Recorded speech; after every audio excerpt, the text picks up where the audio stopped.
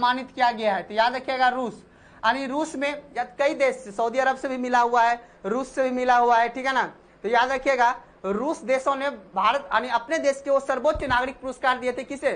भारत के प्रधानमंत्री नरेंद्र मोदी को, ठीक है। चलिए अब हम लोग अगला सवाल देखते हैं। अभी देखिए गिर पर्वत श्रेणी कहां पे है? तो गुजरात में। कहां पे है? तो गुजरात में। याद रखिएगा गिर पर्वत श्रेणी कहां पे है? तो गुजरात में। यानी याद रखिएगा जहां पे खंभात की खाड़ी है, खंभात की खाड़ी से ऊपर में ही एक गिर पर्वत है वहां पे, ठीक है। तो याद रखिएगा गिर पर्वत श्रेणी कहां पे है? तो गुजरात राज्य में पड़ता है, ठीक है। चलिए अब हम लोग अगला सवाल देखते हैं। अगला सवाल क्या कहता है? अप्रैल 2025 तक की स्थिति के अनुसार राष्ट्रीय राजधानी क्षेत्र दिल्ली के उपराज्यपाल कौन थे? याद रखिएगा उपराज्यपाल के बारे में पूछ रहे हैं। तो याद रखिएगा यहाँ पे कौन है? विनय कुमार सक्सेना। कौन थे? विनय कुमार सक्सेना। याद रखिएगा यहाँ के जो मुख्यमंत्री अभी कौन है?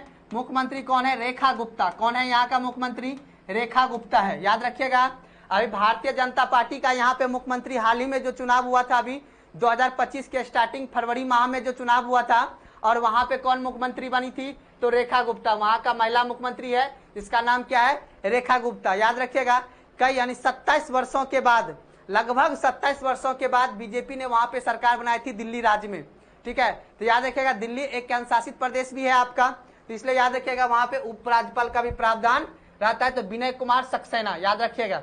और वहां का मुख्यमंत्री कौन है अभी? तो रेखा गुप्ता। कौन है अभी? रेखा गुप्ता। चलिए अब हम लोग अगला सवाल को देखते हैं।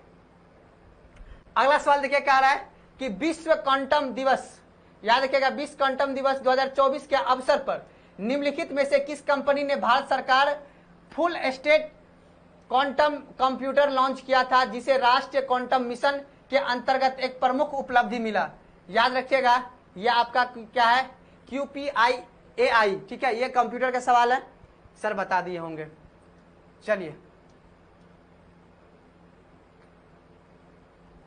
अब देखिए सवाल है आपका जनगणना से। भारत की 2011 के जनगणना के अनुसार निम्नलिखित में से केंद्र शासित प्रदेशों को उनकी जनसंख्या घनत्व को बताना है। क्या बताना है? जनसंख्या घनत्व को आरोही क्रम में बताना है, घटते क्रम में बताना है।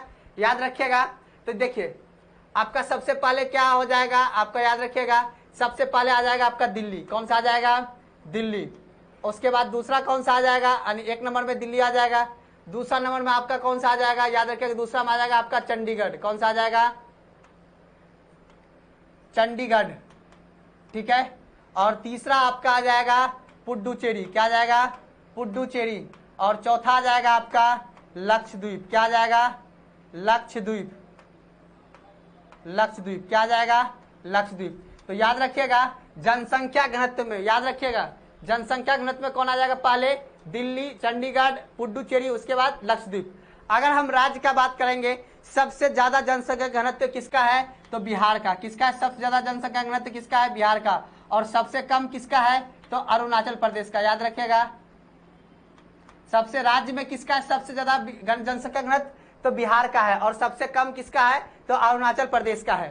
तो याद रख लीजिएगा। और केंद्र शासित प्रदेश से जो आपका आंसर हुआ था वो कौन सा हो जाएगा? आपका 1 नंबर आंसर आ जाएगा। पहले आ जाएगा आपका दिल्ली, दूसरा आ जाएगा आपका चंडीगढ़, तीसरा आ जाएगा पुडुचेरी और चौथा कौन सा आ जाएगा?